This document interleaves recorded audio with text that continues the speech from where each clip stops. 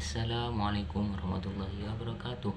Saya Muhammad Hidayat akan menyampaikan materi tentang komponen-komponen kurikulum. Yang mana komponen-komponen kurikulum itu sudah dijelaskan oleh Taylor dalam 4 step model. Taylor itu ada 4 komponen kurikulum. Yang pertama itu ada tujuan, terus yang kedua ada isi atau materi yang kita bisa disebut sebagai materi, yang ketiga ada strategi pembelajaran kurikulum, serta yang keempat ada evaluasi. Yang mana dari keempat komponen kurikulum tersebut itu harus sesuai dengan standar masing-masing. Yang tujuan itu harus menyatu dengan standar kompetensi kelulusan. Terus yang isi atau materi itu harus sesuai dengan standar isi, Terus yang ketiga, strategi pembelajaran itu harus sesuai dengan standar proses. Yang keempat juga evaluasi harus sesuai dengan standar penilaian. Yang mana standar di masing komponen tersebut itu sesuai dengan Permendikbud masing-masing, Peraturan Menteri Pendidikan dan Kebudayaan. Selanjutnya, hubungan dari keempat komponen tersebut itu harus saling berkaitan, yang mana dari tujuan, pengalaman, strategi, dan evaluasi itu harus berkaitan. Selanjutnya kita akan bahas dari masing-masing komponen-komponen tersebut. Yang pertama itu ada tujuan, yang mana tujuan di sini harus mengikuti dari 4 tujuan berikut. Yang pertama tujuan pendidikan, terus yang kedua tujuan institusional, tujuan kurikuler, serta tujuan instruksional atau pembelajaran. Kemudian yang pertama, tujuan pendidikan harus sesuai dengan Undang-Undang Nomor 20 Tahun 2003, serta tujuan institusional harus dari masing-masing instansi itu harus melakukan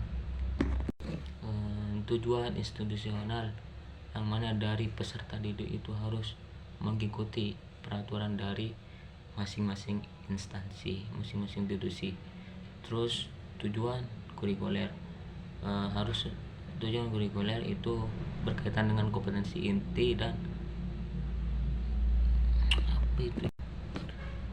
tujuan kurikuler harus sesuai dengan kompetensi inti dan kompetensi dasar.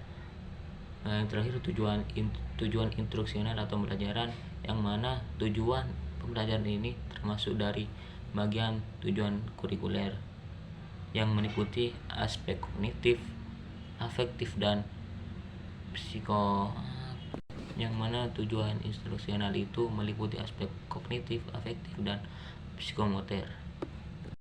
Yang kedua ada komponen materi atau dikenal dengan learning experience, yang mana komponen ini berkaitan dengan pengalaman peserta didik, pengalaman siswa yang harus dilalui oleh siswa atau peserta didik. Materi atau isi dari suatu kurikulum tersebut itu harus mengikuti elemen dan kriteria, yang mana elemen dari materi itu ada 3: knowledge, ilmu pengetahuan, skill dari masing-masing siswa, serta values itu mencakup sikap, adab, dan semacamnya. Selanjutnya harus memenuhi kriteria isi atau materi. Yang pertama itu harus signifikan atau penting, yang mana materi tersebut harus yang penting. Terus yang kedua ada utilitas, interest atau menarik, dan yang terakhir human development atau pengembangan manusia. Selanjutnya komponen yang ketiga ialah strategi yang harus meliputi implementasi kurikulum. Selanjutnya ada komponen yang ketiga itu ada strategi yang selanjutnya komponen yang ketiga itu ada strategi yang mencakup implementasi kurikulum. Apa saja sih yang mencakup dalam strategi kurikulum? Yang pertama itu ada rencana serta metode, dan terus selanjutnya yang mencakup strategi dalam kurikulum itu ada rencana, metode, dan perangkat pembelajaran. komponen yang terakhir ada evaluasi. Mencakup apa saja sih? Mencakup evaluasi itu ada apa? Komponen terakhir ada evaluasi yang mencakup ide apa.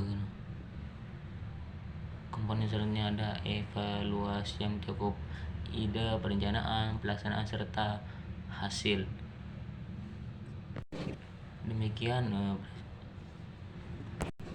Demikian materi dari saya tentang komponen-komponen kurikulum. Terima kasih. Wassalamualaikum warahmatullahi wabarakatuh.